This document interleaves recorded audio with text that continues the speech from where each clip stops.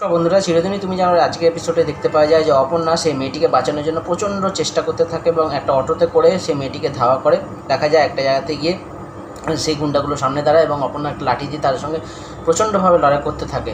হঠাৎ পিছন দিক থেকে অপর্ণার মাথায় একজনকে আঘাত করলে অপর্ণা মাটিতে পড়ে যায়, কিন্তু তারপরেও কিন্তু হার না মেনে তাদের সঙ্গে প্রচণ্ডভাবে লড়াই করে সেই মেয়েটিকে এখান থেকে উদ্ধার করতে সমর্থ হয়।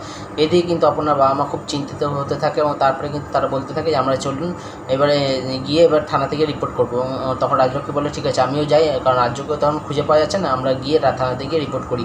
এদিকে তারা থানাতে পৌঁছেই যায় এবং দেখতে পাওয়া যায় যে কিঙ্কর কিন্তু আজকে খুঁজতে খুঁজতে মেঘরাজের ডেরা থেকে হাজির হয় এবং সেইখানে গিয়ে কিন্তু দেখতে পায় যে অজ্ঞান হয়ে পড়ে রয়েছে আর্য এবং কিঙ্করের দলবল তখন পুরো ঝাঁপিয়ে পড়ে কিন্তু মেঘরাজের উপর। মেঘরাজ সেখান থেকে পালিয়ে যায় এবং কিঙ্কর তারপরে আর্যকে নিয়ে হসপিটালে চলে আসে।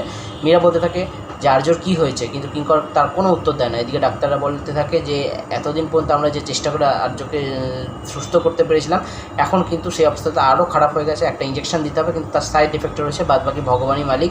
এদিকে কিন্তু দেখা যায় যে অপর্ণার মা বাবা এবং রাজলক্ষ্মী তারা পৌঁছেই যায় পুলিশ স্টেশনে। সেখানে গিয়ে রিপোর্ট করতে গেলে প্রথমে কিন্তু পুলিশ রিপোর্ট নিতে চায় না, কিন্তু তারপরে যখন তারপরে যখন রাজলক্ষ্মী পরিচয় দেয় যে আমি আর্য সিংহ রায়ের মা, তখন কিন্তু পুলিশ সমস্ত রিপোর্ট লিখতে থাকে এবং সেই সময় দেখা যায় হঠাৎ অপর্ণা সেই মেয়েটিকে নিয়ে কিন্তু থানায় হাজির হয় এবং তখন তাকে দেখে কিন্তু অবাক হয়ে যায় রাজলক্ষ্মী সহ সবাই এবং তারা বলতে থাকে যে তুমি এখন কোথায় ছিলে, এখন কোথার থেকে আসলে। তখন সমস্ত কথা বলে অপর্ণা যে আমাকে একজন মাথায় মেরে আঘাত করে বেঁধে রেখে দিয়েছিল, সেখান থেকে আমি কোনো রকমে পালিয়ে এসেছি এবং এই মেয়েটিকে ছাড়িয়ে নিয়ে এসেছি। এই মেয়েটিকে একটা গুন্ডারা ধরেছিল এবং তার জন্য কিন্তু আমি একটা রিপোর্ট লিখাতে চাই। তারপরে এপিসোডটা এখানে শেষ হয়ে যায়। দেখা যাক নেক্সট এপিসোডে কী হয়।